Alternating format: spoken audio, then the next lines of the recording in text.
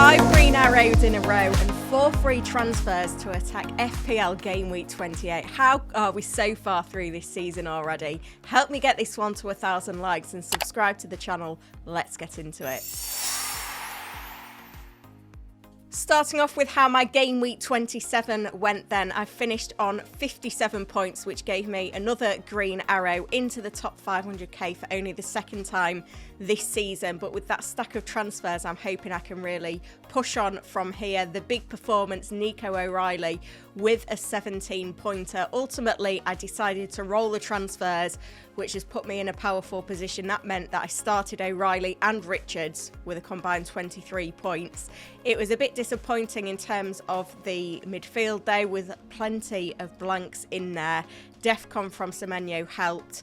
I was hopeful that Bruno Fernandes as my captain could deliver a sweet green in the Monday Night Football, but it wasn't meant to be. But the captain alternatives, João Pedro and Haaland, while they both got points, they didn't really fly in terms of their attacking return, so I didn't miss out on too many points there. Benched the 8 points from Callum Wilson as well though, which does sting a little bit.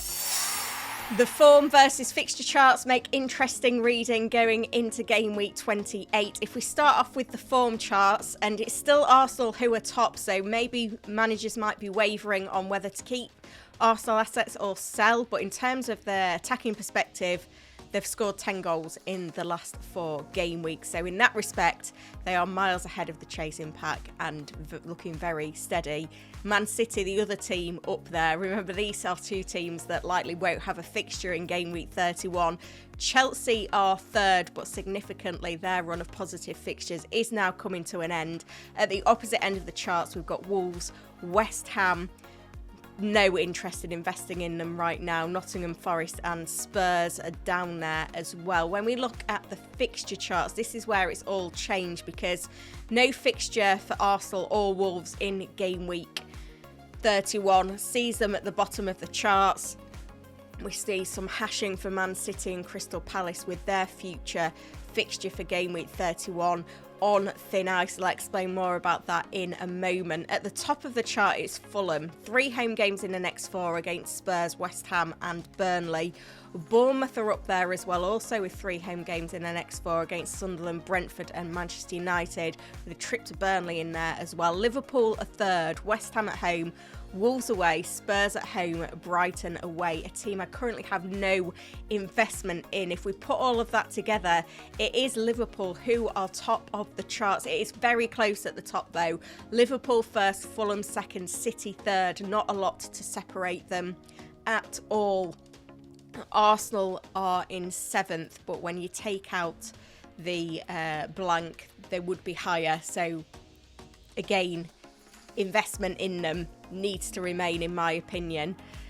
We've also got Bournemouth doing okay, Brentford, Manchester United, but there is a significant gap between Bournemouth and Brentford. At the opposite end, Wolves are a sell, West Ham sell, Forest sell. They're the teams we want to be avoiding right now. We do have midweek fixtures. I'm recording this video on Tuesday morning. Newcastle face Karabag FK in the Champions League to qualify for the knockout stage, the playoffs.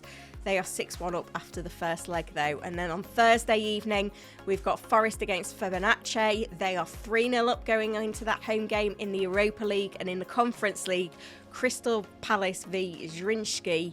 That's a 1-1 draw going into this fixture. Now, if Palace fail to progress and then City don't make it through the next round of the Champions League, their fixture in game week 31 could still be on. So that's something worth noting before we can commit to transfer plans. I think if Palace were to progress, then it would become very unlikely that that fixture would be on in game week 31 because it would need them both to be knocked out in the next round for that fixture to be viable. So just bear that in mind, but that is how things stand. So obviously if you have players from Newcastle, Forest, Crystal Palace, they're central to your plans for game week 28 or beyond, then it's probably best waiting to make those transfers until at least Friday to get a bit more clarity. Information is key.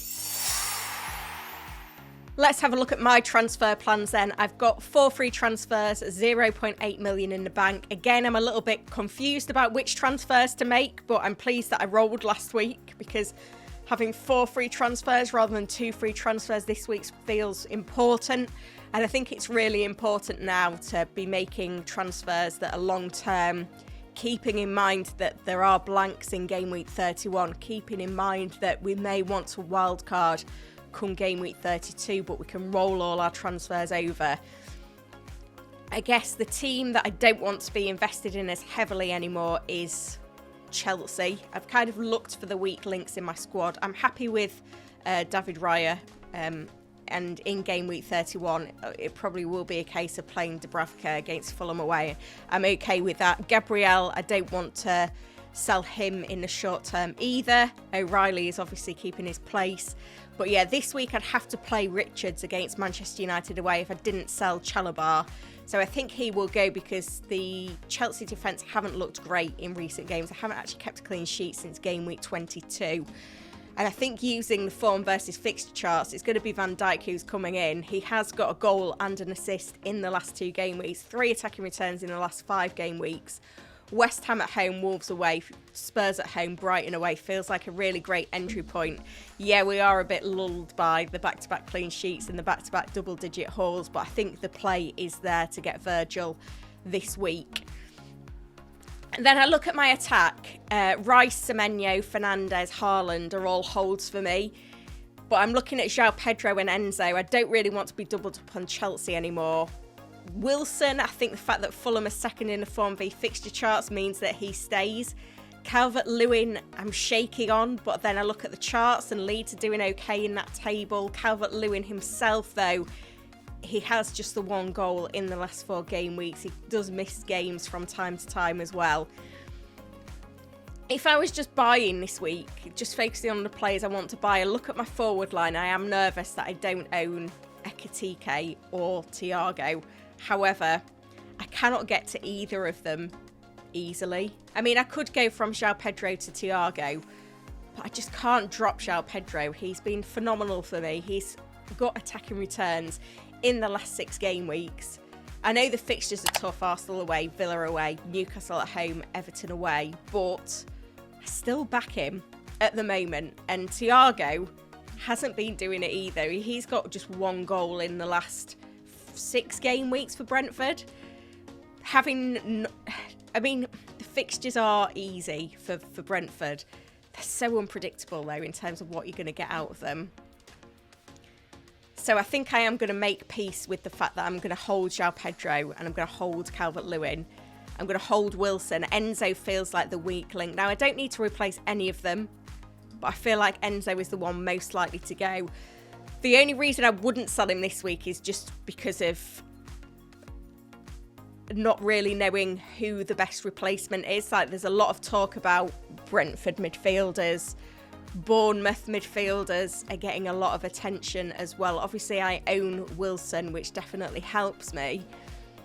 Szoboszlai is the one that I'm looking at the moment, who's arguably been the best player for Liverpool this season. It's just, I mean, he's an attractive pick. And I think with Wirtz injured, it could potentially help him push forward. But you never know if he's going to end up at right back. But I think it's probably a risk that I'm willing to take at the moment on Szoboszlai. So I think he is going to be the one coming in for Enzo. But that is subject to change. Team selection time then, and I'm still doubled up on the Arsenal defence for Chelsea at home, going up against my João Pedro. The back line, we've also seen O'Reilly away at Leeds, and the new recruit Virgil van Dijk is in for the home game against West Ham. Sorry, forgot the fixture there. Then the midfield, got some form guys in there. We've got Bruno Fernandes, Semenyo, Rice, Wilson, and potentially Szoboszlai coming into the midfield as well. It would be a 3-5-2 this week, with Calvert-Lewin first sub, Haaland away at Leeds, João Pedro away at Arsenal, Chris Richards drops to the bench as well for the trip to Manchester United, with Dubravka and Estev completing the bench. Now, when it comes to captaincy, I do feel like I'm lacking a little bit in options, but I think while Haaland is there, Leeds away, his history with Leeds makes me feel like that's a decent fixture to back him in. He's got 2 goals and 3 assists in the last 4 game weeks. Looks like he's put his fitness concerns behind him, having played 90 minutes against Newcastle last time out as well. He did blank in the reverse fixture, which is an interesting one. But yeah, I think I'm going to keep faith with Haaland for the armband in this game week. Bruno Fernandes probably going to get the vice captain. I think if I owned Thiago or Ekitike, I would be looking at them. But given that I don't, that's where it lands. Let me know in the comments then what your transfer plans are going into game week 28. Do you agree with my transfer decisions? Help me get this one to 1,000 likes and subscribe to the channel. I'll be back later in the week with the experts team. Thank you for watching.